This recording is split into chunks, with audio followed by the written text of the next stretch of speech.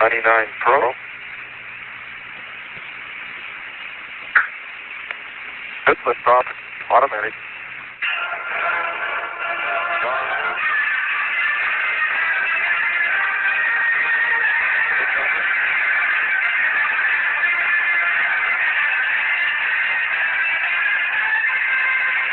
Taking about 306. What a ride, what a ride. Together in orbit, the two spacecraft pirouetted, each inspecting the other. Have you ever had a dream that you want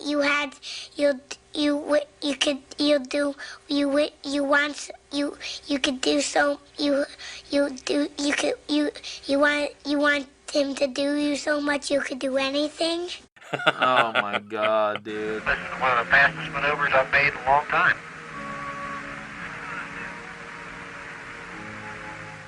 The inspections complete, the command module and lunar module maneuvered to docking.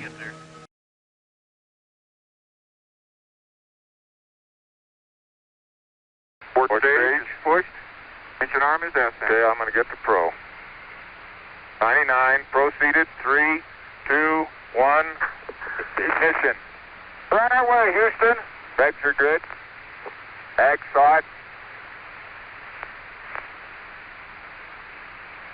Pitch over. Roger, you have good thrust.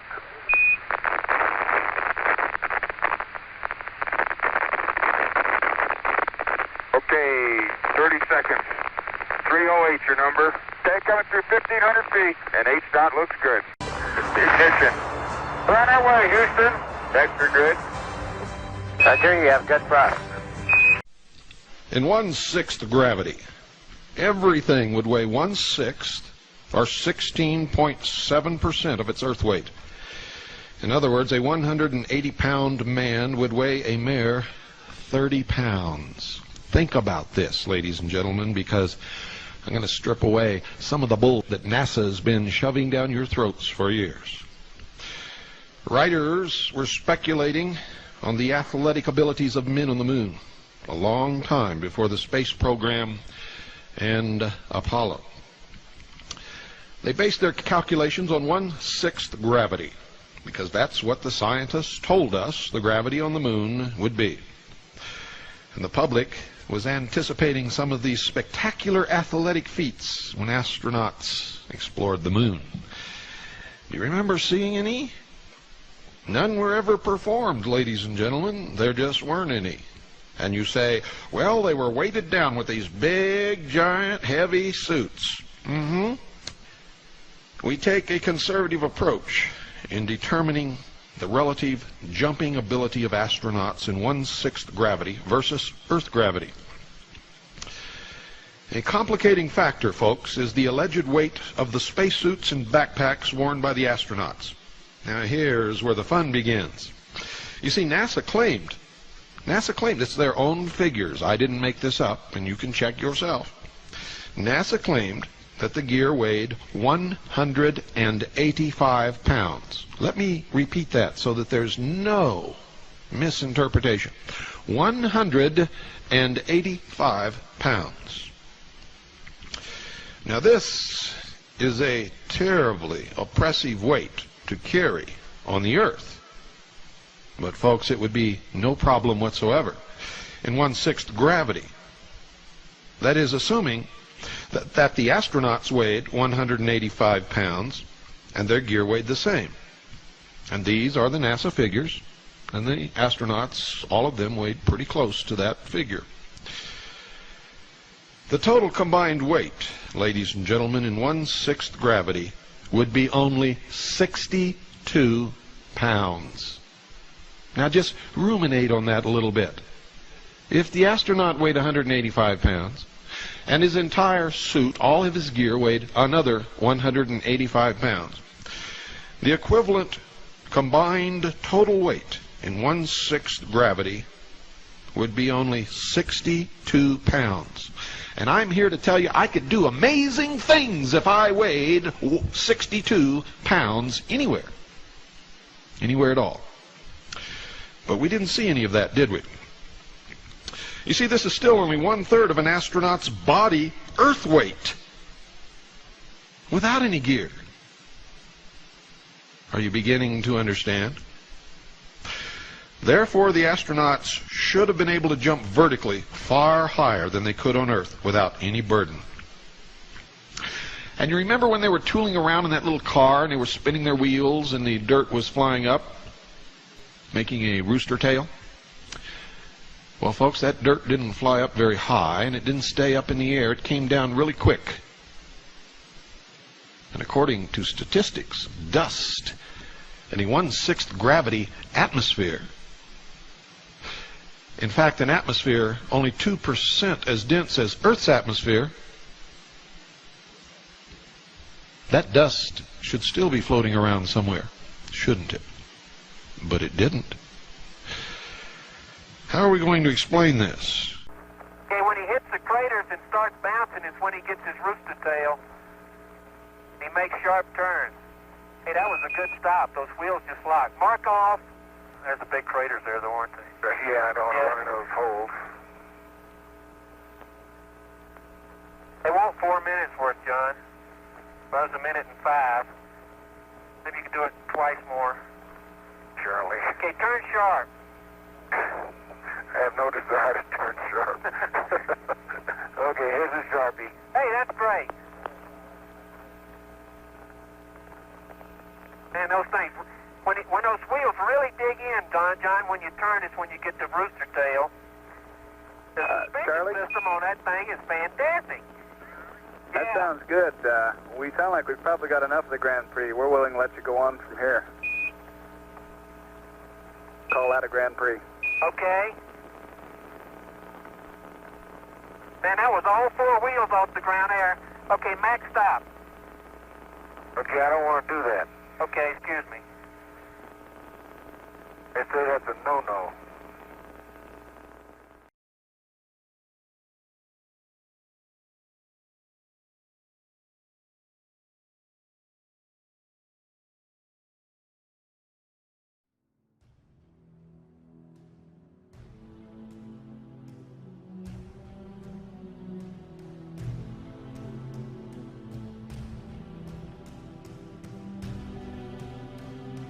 Would each of you give us your estimate of what is the meaning of this to all of us?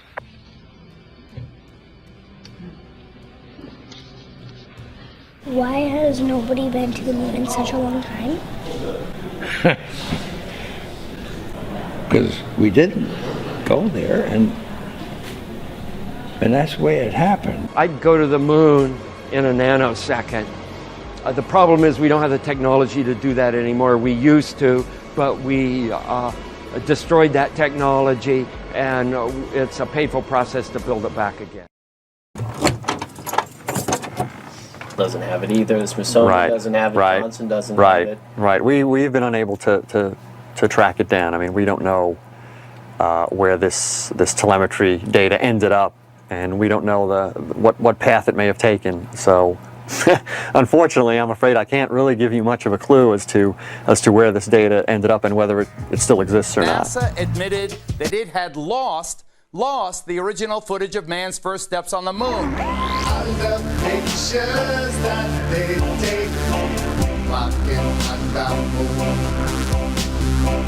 I know that it's a fake, walking on the moon. They think they're so clever, walking on the moon. They can last forever, walking on the moon.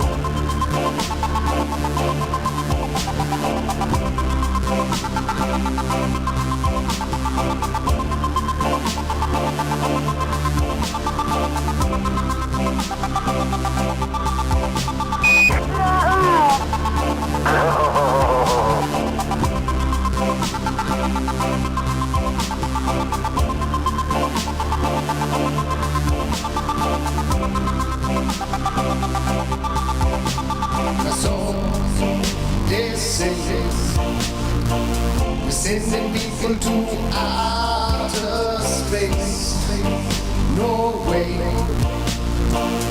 There's never gonna be a moon base. It's our fate, rocking on the moon.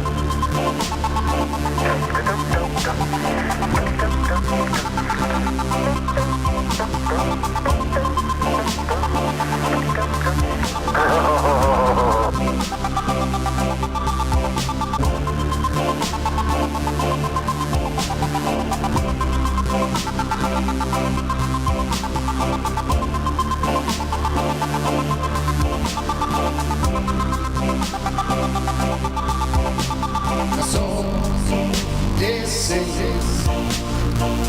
sending people to outer space. No way, there's never gonna be a moon base. It's our fate. I haven't seen anything that indicates the telemetry data is even in existence, and as I said, even if we had it, we don't have the machines to play it back. But your own research has shown the telemetry data is missing. That's right. All right, guys, to show you how NASA and other space agencies deceive us, you have to really pay attention to what they're saying, because a lot of times they're not outright lying to you. One of the things we know are fake, at least I know is fake, is any footage that is coming from the moon or around the moon. We can't get to the moon. And there's a lot of evidence that we can't get to the moon, like this. This video, we'll watch it, uses data gathered from the Lunar Reconnaissance Orbiter spacecraft to recreate some stunning views of the moon that the Apollo 13 astronauts saw in their previous journey around the far side in 1970. So again, they're not giving you actual pictures. They're not giving you an actual video. This is an animation. And I want you to look at how much more spherical the moon looks in the NASA recreation than it actually looks in the sky, especially when we get to a certain angle. Look at that. Like, look at how different that looks than the other side. Now, this is allegedly the dark side of the moon, but look at how much different it looks than the light side of the moon that we see, right? And this is because it's lit up by the sun and in the heliocentric model. The dark side of the moon isn't always dark in the heliocentric model. What I find interesting is how the dark side of the moon looks nothing like the front side of the moon. And again, we're using data. These visualizations, so we're visualizing. We have an orbiter up there. We have iPhones, guys. We have Elon Musk is sending Starlink satellites into space that, and I believe in those, right? I believe in low Earth orbit. I believe that geostationary satellites are up there, or something is up there, because you can see it. And so when we consider that NASA has to visualize things when they have a spacecraft up there with the technology that we have today, Voyager's able to send back all of this data from billions of miles away, through the cosmos at like 1 watt or something like that. And they cannot transmit video from the moon. Even if it wasn't 4K video, 1080 video, why do we need... See, the thing is that most people watching this, if they were watching this and they weren't thinking for themselves and weren't reading the actual information on the NASA website to show you. I mean, we're on the NASA website. I'll link to it, nasa.gov. But they would assume that this moon video is actual video. And nothing that NASA gives you is actual video. It is all based on data. NASA has said before, I've posted a video about it, how it's cheaper to pay artists to render the data than it is to just take an image and send the data back to Earth as it is. That's becoming more and more unbelievable with the world that we're living in and what we're capable of doing. It should be very easy for a lunar reconnaissance orbiter to take high definition actual 4K video and beam that back to Earth. Same thing with the Earth. NASA uses visualization. They cannot go beyond a certain point above the Earth. Okay? They cannot go to the moon. And that's the way it happened.